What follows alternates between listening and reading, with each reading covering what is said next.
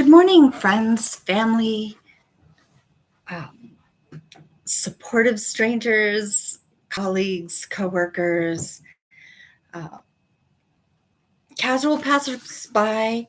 Um, Welcome back to my channel. If you're new here, welcome. It is so nice to meet you. And I am excited today to start a new series about customer service. So I thought, being many of us and pretty much almost everyone in the world has experienced customer service from one perspective or another. Either we've been customers, consumers, uh, purchasers, or we've been, uh, customer service professionals. We've provided service in some way, or probably both to some degree, right? So I thought we could open a conversation about what customer service actually is, how it's changing, or how the idea of how it works is changing. Um, so here we are. I decided to go ahead and start with today's video with the basics. Let's just start from the beginning. What is customer service? Now, today's topic I will approach from an American middle class perspective. All of us purchasing groceries or doing customer service over the phone. Let's just talk about what that actually means. So, our parents and grandparents and great-grandparents had a very different idea of what customer service is compared to what our children and grandchildren and great-grandchildren have or will have when they are in adults and in the purchasing and working world. So customer service, in a nutshell, to keep it simple, is helping our customer. It's providing the service that will solve their problem, find what they're looking for, and just in general, being helpful.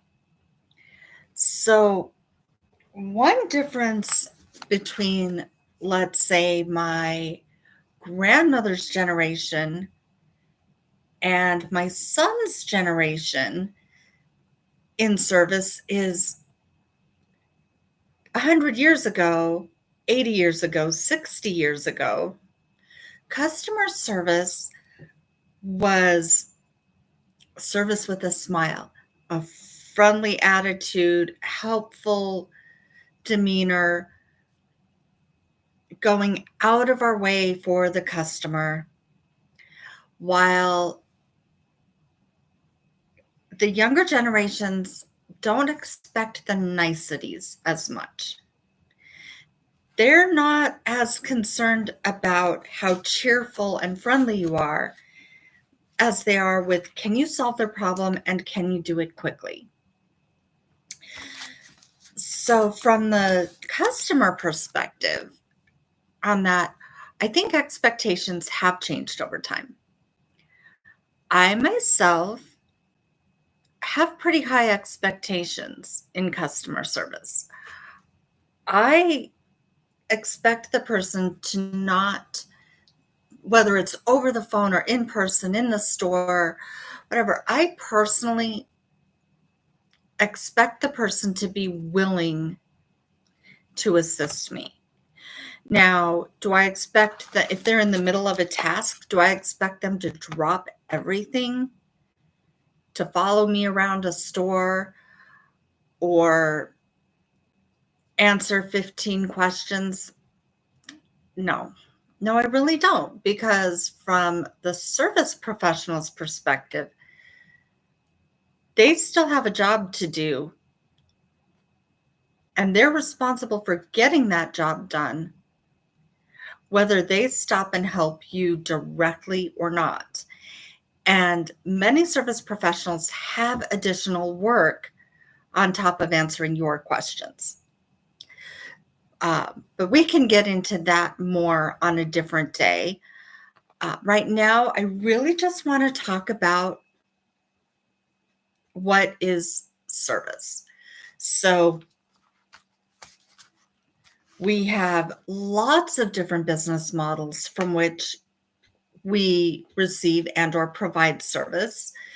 So that is everything from calling the bank to get our balance or make a transfer. Most of us do those things online now, but it's still sometimes a trip to the bank or a call to the bank is necessary for whatever reason. There is the retail aspect. Are we, we're shopping for something or we're working in the retail environment. There is customer service for online retail. Did we buy something online? Are we selling something online?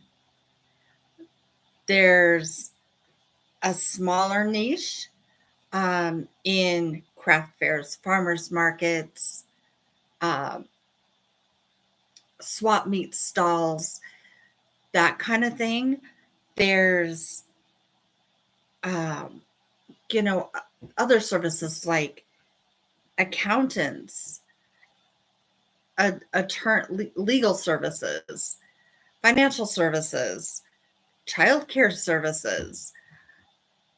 There are a lot of different ways that we give and receive service on a daily basis that we don't even really think about.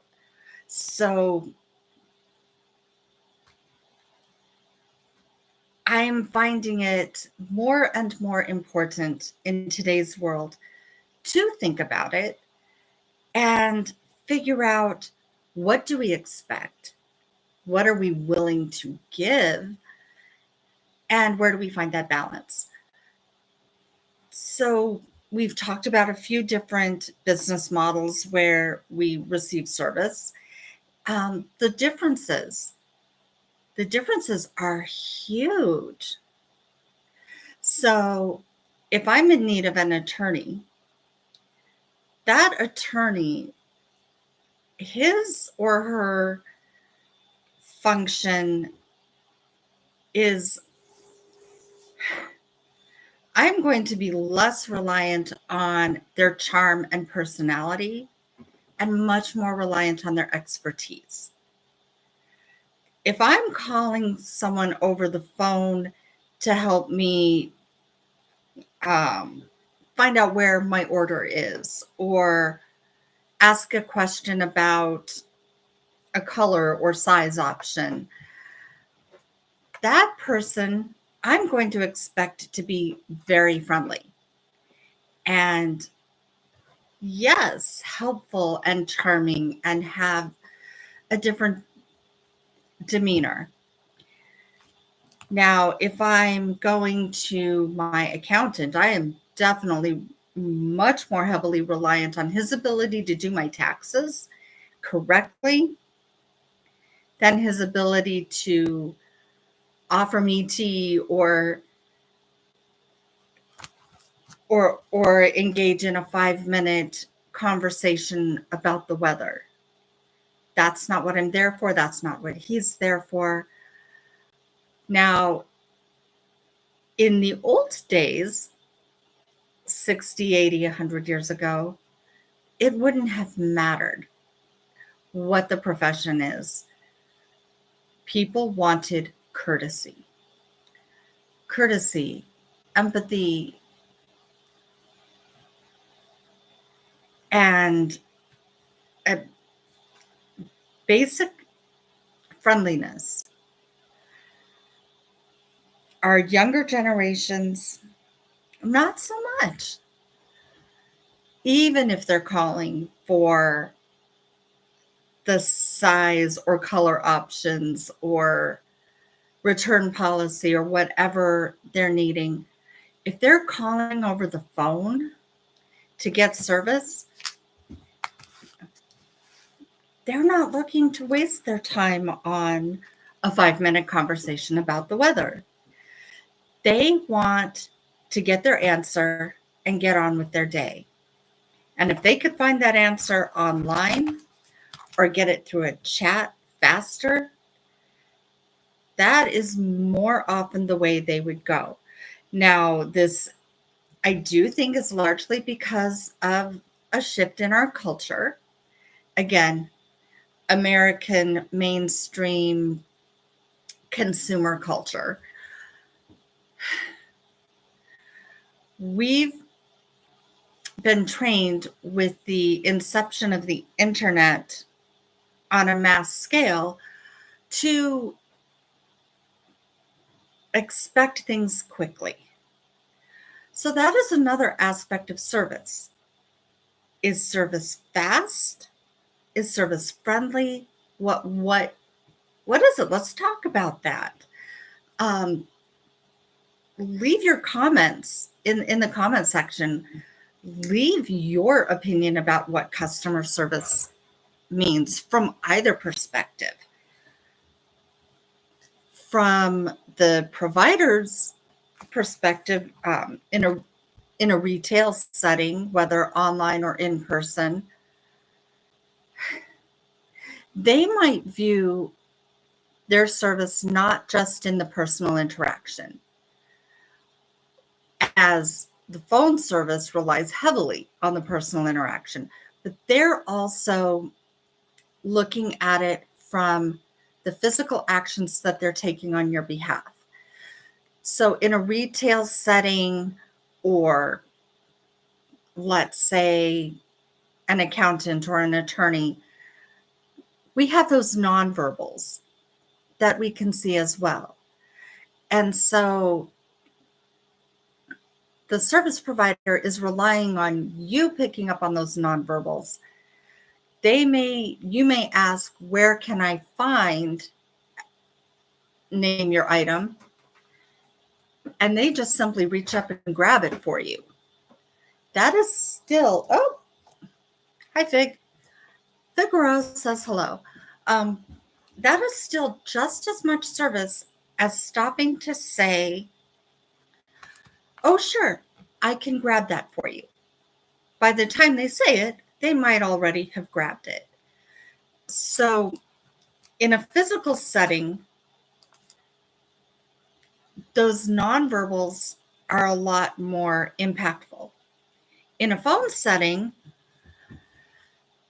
the person on the phone cannot see those actions the rep is taking on their behalf.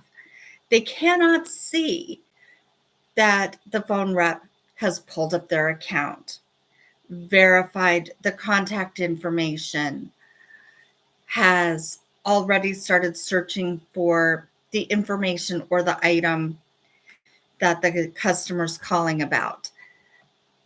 The customer simply can't see that the way they can in a physical setting, which makes the verbal communication more important in that context.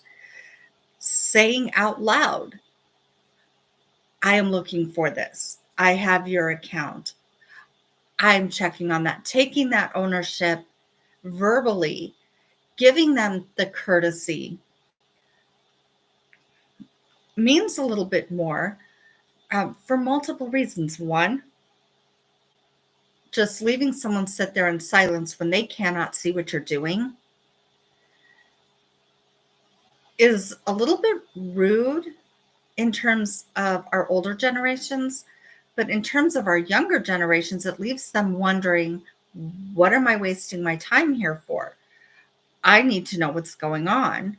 I need my information. I need my problem solved. And if you're not communicating that, they don't know.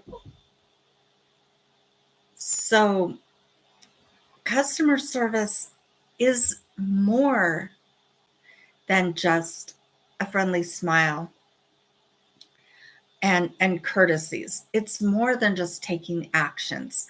It's more than just talking about the weather.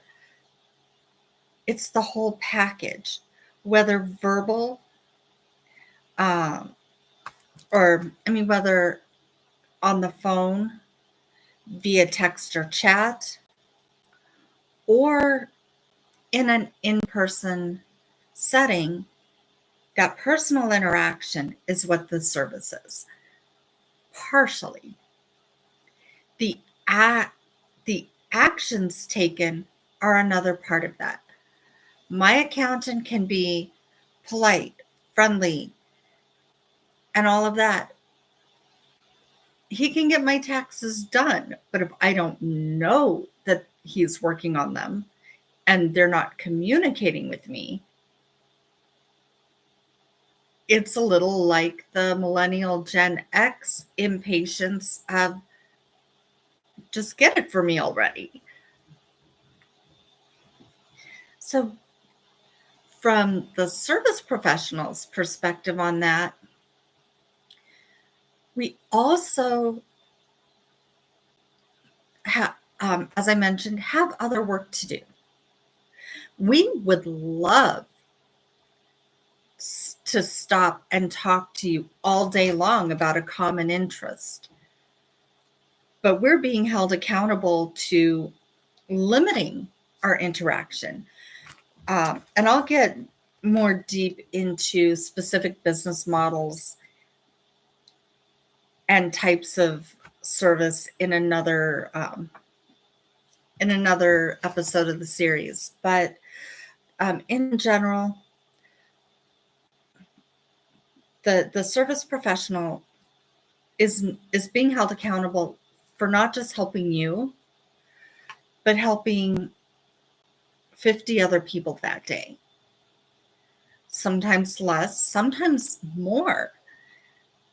And they have additional work to do on top of it. So giving the customer service rep a little courtesy can go a long way as well. Again, topic for another day, but customer service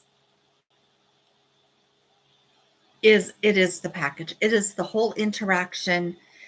It is the nonverbals. It's the physical actions taken on behalf of the customers, some of which they may or may not see. And it's getting results. And when we're talking about our younger generations, it is definitely about the results. So that's my introduction to my new customer service series. Please let me know what you think. Let me know which aspects of customer service you'd like to dive into deeper. I do kind of have an agenda already, but I'm open to discussing and looking into everything. Everything at all customer service related. And I guess I should have prefaced this. I spent a large part of my career as a quality assurance analyst in a customer service environment, call center specifically. But it has been my job for many years to analyze the service provided from the customer's perspective and communicate that to leadership and cross-functional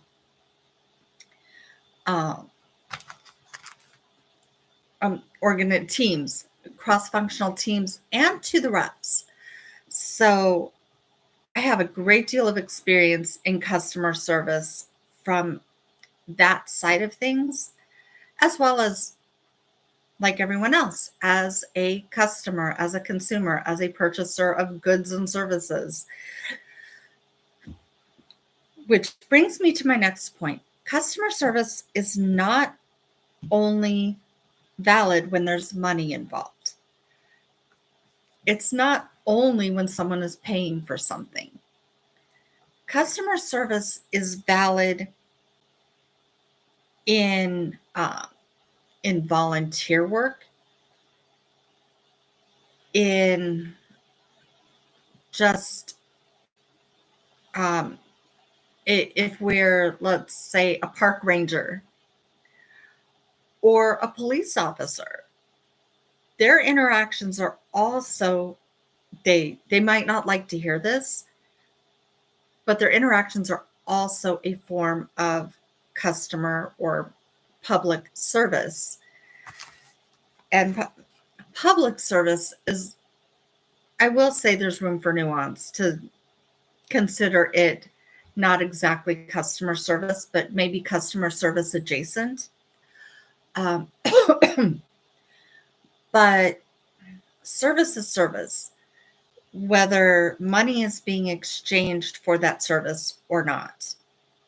And that is something that I think we as customer service professionals need to keep in mind as well, is it's relationship building. It's not just the here and now. And I think even our younger generations, our millennials and Gen X and Gen Zers coming up, would agree that to a point, there is a relationship aspect. And we can get more into the relationship building part again in another time, but let me know what you think so far. I am going to go ahead and wish you all a blessed and productive, happy, joyful day. And if you want to hear more, comment, like, subscribe, share if you want to. And if you don't want to, no hurt feelings. I'm certainly not doing this for the money. As many of you already know, I am not monetized. I have no channel merch. I don't get ad revenue. I don't have sponsors. So I am just here doing my community, my public service, if you will, to talk about these things. So let me know what your perspective is on the interaction portion, what you would like to talk about more in depth when it comes to customer service from either perspective, as the giver or receiver of that service. But in the meantime, I do wish everyone well, and let me know what you think of my new series. Have a great day.